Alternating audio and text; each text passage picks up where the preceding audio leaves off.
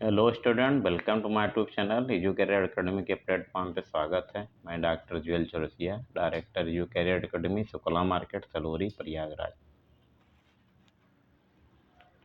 हम लोग आज जो है जीव जनन कैसे करते हैं, how do organ reproduce, class 10th का चैप्टर्स है। बोर्ड एग्जाम के पर्पज से हम लोग ऑब्जेक्टिव क्वेश्चंस कवर करने वाले हैं। फर्स्ट क्वेश्चन है, डीएनए के दोनों तंतुओं को आपस में जोड़ते हैं। डीएनए क्या होता है? डबल स्ट्रैंड होता है, दो स्टैंड होते हैं जो क्या करते हैं, आपस में जुड़े होते हैं। तब उसमें एडेनिन, थायमिन, गुआनिन और साइटोसिन जो है जुड़ा हुआ होता है। बीच में क्या हाइड्रोजन बॉन्डिंग होती है।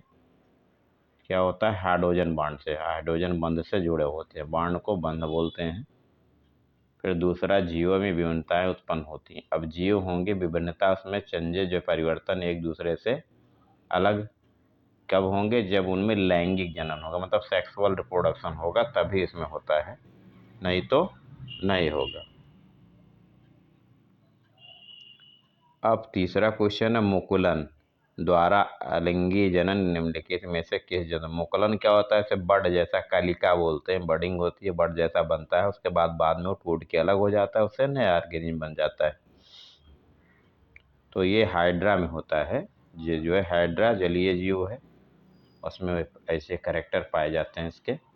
प्रश्न 4 है, अलैंगिक जनन मुकुलन द्वारा होता है। तो हाइड्रा में था, अभी अब इसमें क्या ईस्ट का दिया, तो ईस्ट में भी ये मुकुलन के द्वारा ही होता है। अगला क्वेश्चन है, पुष्प में कितने भाग होते हैं? पुष्प में 4 भाग होते हैं।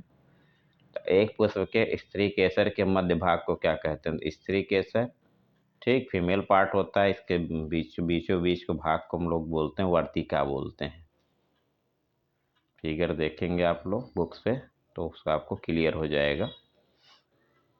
अब पराग कोश में होते हैं। पराग कोश में क्या होगा? पराग कोश नाम ही बताए, कोश माने होता है जहाँ रखा जाता हो पराग। तो पराग कोश में क्या होगा? पॉलन ग्रेन्स होंगे, पराग कण होंगे। दूसरा, पराग कणों का पराग कोश से वर्तिकाग्र तक स्थानांतरण कहलाता है। तो अब स्थानांतरण हो रहा है, क्या? परागकण। तो परागकण जा रहे हैं तो क्या? परागण होगा। अब पराग नली में नर युग्मकों की संख्या, जो मेल गैमीट होता है, नर युग्मक बोलते हैं, तो उसकी संख्या क्या होती है? 2 होती है। द्विनिषेचन विशेष लक्षण है तो डबल फर्टिलाइजेशन बोलते हैं। तो ये होता है किसमें? आवर्त बीजी। आवर्त बीजी जिसको हम लोग यहाँ एंजियोस्पर्म बोलते हैं। एंजियोस्पर्म मतलब वो सारे प्लांट्स जिनमें क्या होता है, सीड बनता है, और सीड क्या होगा? उसको खोल, जो कबर होगा, कबर होता है उसकी सीड की खोल होती है। तो अब जब आवर्त बीजी पादप में जो है की प्रॉपर्टी है द्विनिषेचन जो है। दूसरा क्या? निषेचन के बाद पुष्प का कौन भाग फल में बदल जाता है? तो इसका जो अंडाशय वाला भाग होगा, ओवरी वाला जो है, वो किसमें भी फल में बदल जाता है। अब निषेचन के दौरान परागकण से निकलने वाली पराग नलिका सामान्यतः किसके द्वारा बीजांड में प्रवेश करेगी?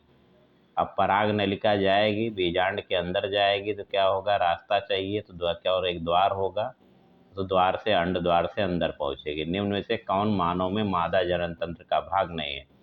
मतलब फीमेल रिप्रोडक्टिव सिस्टम का पार्ट नहीं है। तो अब देखो, अंडाशय तो होगा ही, गर्भाशय भी होता है फीमेल में, डिंब वाहिनी भी होती है, बस क्या नहीं होता है? शुक्रवाहिका, क्योंकि ये पुरुष का जो है, मेल का जो है रिप्रोडक्टिव सिस्टम का हिस्सा होता है, लैंग जो है। तो अब मानव भ्रूण को पोषण मिलता है।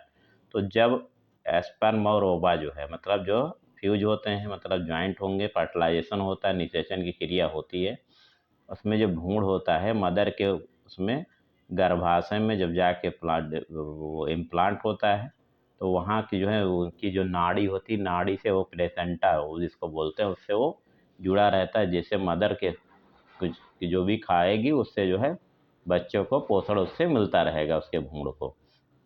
परिवार नियोजन की स्थायी विधि है। तब इसमें बैसेक्टामी, बैक्सेक्टामी में क्या करते हैं? बैक्सेक्टामी में ट्यूब को क्या करते हैं, जो ट्यूब होती है, ट्यूब को जो है अंदर जो है सेक्सुअल ट्यूब, जहाँ से ओवा या स्पर्म का निकलना होता है, उसको हम लोग क्या करते हैं, निकाल जो है उसको बांध दिया जाता है काट के।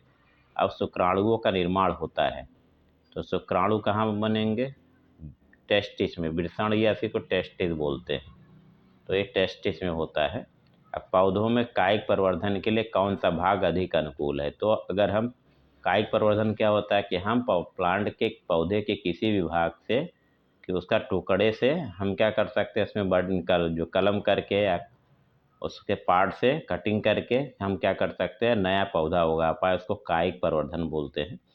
तो अब जो तना इसके लिए सबसे अच्छा ऑप्शन होता है कि तने से हम लोग कलम करते जैसे गुलाब हो गया या और भी बहुत सारे नींबू हो गया, साइट्रस फ्रूट्स में करके कलम लगा के हम और पौधे बना सकते हैं। तो डीएनए के पाया जाता था, डीएनए के केंद्रक न्यूक्लियस में पाया जाता है।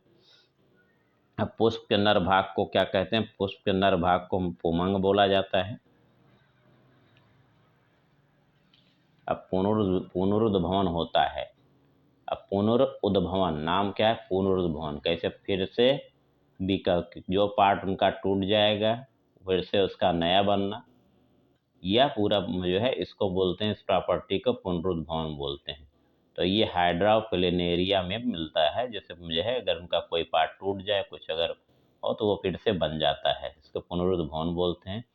अब प्रश्न 21, पत्तियों द्वारा कायिक प्रजनन होता है। तो ये ब्रायोफिल्लम होता है। इसकी पत्तियां होती हैं, जैसे पत्ती है मान लो, पत्ती के में बहुत सारे कोने कोने पे ये नोड होते हैं। इस नोड से क्या हो जाएगा, ये नोड पे पत्तियों के जो किनारे होते हैं वहाँ से क्या रूट निकल आती है और कई एक पत्ती से कई सारे पौधे फिर बस छोटे छोटे बन जाते हैं। बडिंग करने के बाद इसके कई सारे पेड़ बन के तैयार हो जाते हैं। तो ये ब्रायोफिल्लम या अजूबा बोलते हैं इसको। द्विखंडन विधि द्वारा अलैंगिक जनन होता है। अब द्विखंडन विधि होगा, बाइनरी डिवीजन बोलते हैं। तो ये अमीबा वगैरह में क्या करेगा, अमीबा में क्या होता है, अमीबा इसे इसका फिक्स शेप होता नहीं है। जब इसको डिवीजन करना होगा तो यह क्या करेगा, शेप में ऐसे वो करेगा, परिवर्तन करेगा और ऐसे बनाएगा। और इसका जो है डीएनए जो है वो दो पार्ट में यहाँ से डिवीजन होके बन जाएगा। ये आधा अलग हो जाएगा और आधा अलग हो जाएगा, इसका डबल हो जाएगा डीएनए और ये आधा अलग हो जाएगा, आधा दो पार्ट में डिवाइड हो जाता है। इसको द्विखंडन बोलते हैं। तो किसमें मिलेगा, अमीबा में। पत्तियों पर कलियां विकसित होती हैं।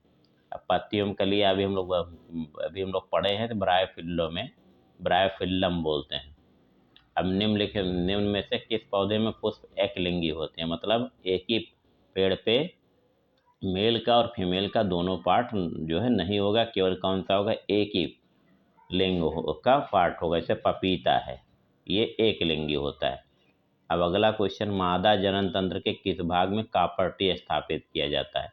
अब कॉपर टी क्या होता है, प्रोडक्शन को रोकने के लिए, जनन को रोकने के लिए करते हैं, जिससे कि स्पर्म और ओवा का फ्यूजन। तो इसीलिए क्या करेंगे, जब गर्भाशय में जो है इसको कॉपर टी को प्लांट कर देंगे तो स्पर्म जो है सेक्सुअल एक्टिविटी, स्पर्म जो होगा वो वहाँ से अंदर वो पहुँच नहीं पाएगा और इसका जो है ओवा और स्पर्म का फर्टिलाइजेशन नहीं होगा, मतलब निषेचन की क्रिया नहीं होगी और ये आगे जाएगोट और भ्रूण वगैरह नहीं बनेगा। अब सामान्य एक लिंगी नर पुष्प में नहीं पाया जाता है। तो अगर एक लिंगी पुष्प है तो उसमें वर्तिकाग्र नहीं मिलेगा। मुकुलन पाया जाता है, अभी हम लोग पढ़े थे हाइड्रा में मुकुलन मिलता है। तो ये हमारा जो है जीव विज्ञान का जीव जनन कैसे कर चैप्टर के ऑब्जेक्टिव से जो अब तक के आए हुए हैं। ठीक है, उसके आगे हम लोग बाकी का बाद में देखेंगे। थैंक यू फॉर वॉचिंग, धन्यवाद। Please like share subscribe channel to other.